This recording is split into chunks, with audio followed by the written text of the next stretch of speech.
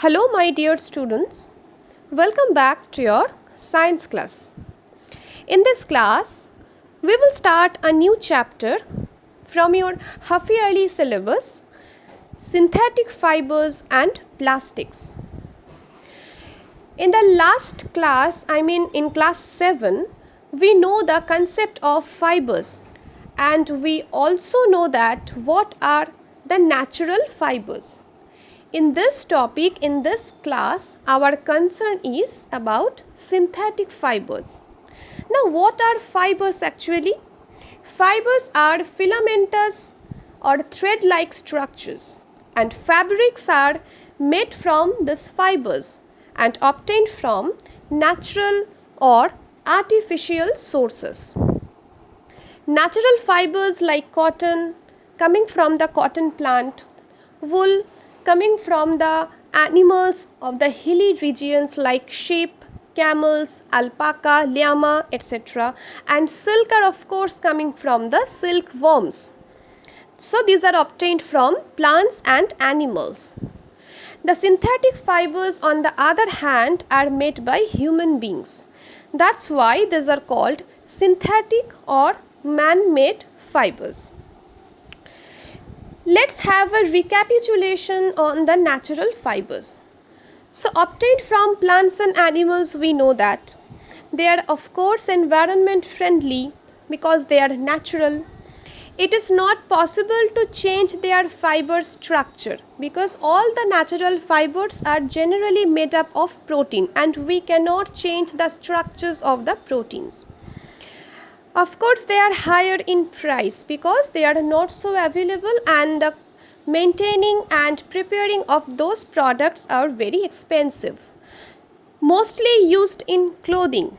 And example, we of course know cotton, wool and silk.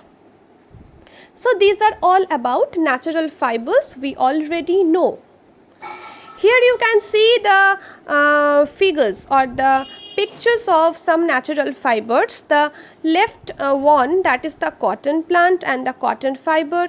The middle one is the silk thread coming from the silkworms, and the right one is the wool or the thick natural fiber coming from the animals of the hilly regions we already told you. Now today our concern is the synthetic fibers. These are made by human beings of course and are not naturally occurring. In this case, we have to learn a new term, polymer. Polymer are chain of small units joined together which are repeating in nature. The small units are chemical substances of course. Polymer exists in nature also. For example, cotton is polymer of cellulose and cellulose in turn is a polymer of glucose.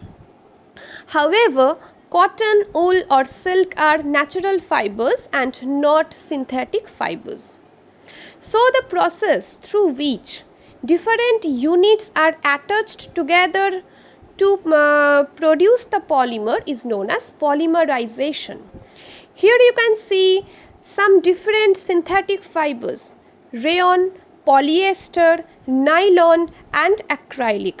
We have to learn these four synthetic fibers individually. And today, for the very specific class, our concern is the rayon. So now the question is, what is rayon? So before starting rayon, I would like to tell you something about polymers. Natural polymers like natural fibers like cotton, wool and silk are of course polymers. Cotton is the polymer of glucose as I told you. Wool and silk are the polymers of amino acid or the proteins. Spider silk is one of the strongest natural polymers. So these are the examples of natural polymers. Okay. So polymers are the collection of the different single units.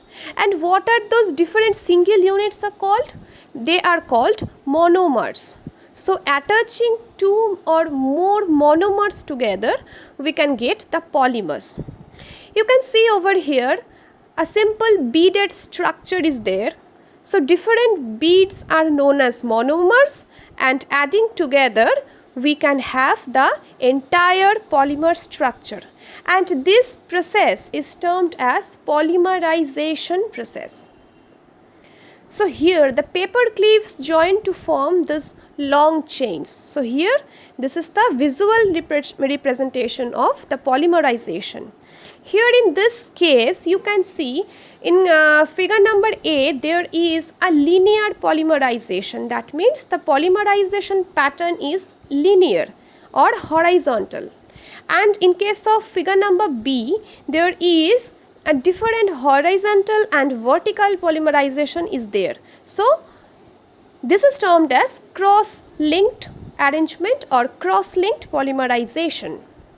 Okay, now we will move on to rayon. Before starting rayon, I would like to tell you something, that rayon is not truly artificial, not truly natural. Rayon is intermediate between this two. So fiber having properties similar to silk, obtained by chemical treatment of wood pulp. Here you can see wood pulp is a natural source, but we have to treat chemically, so that it is the intermediate between artificial and natural.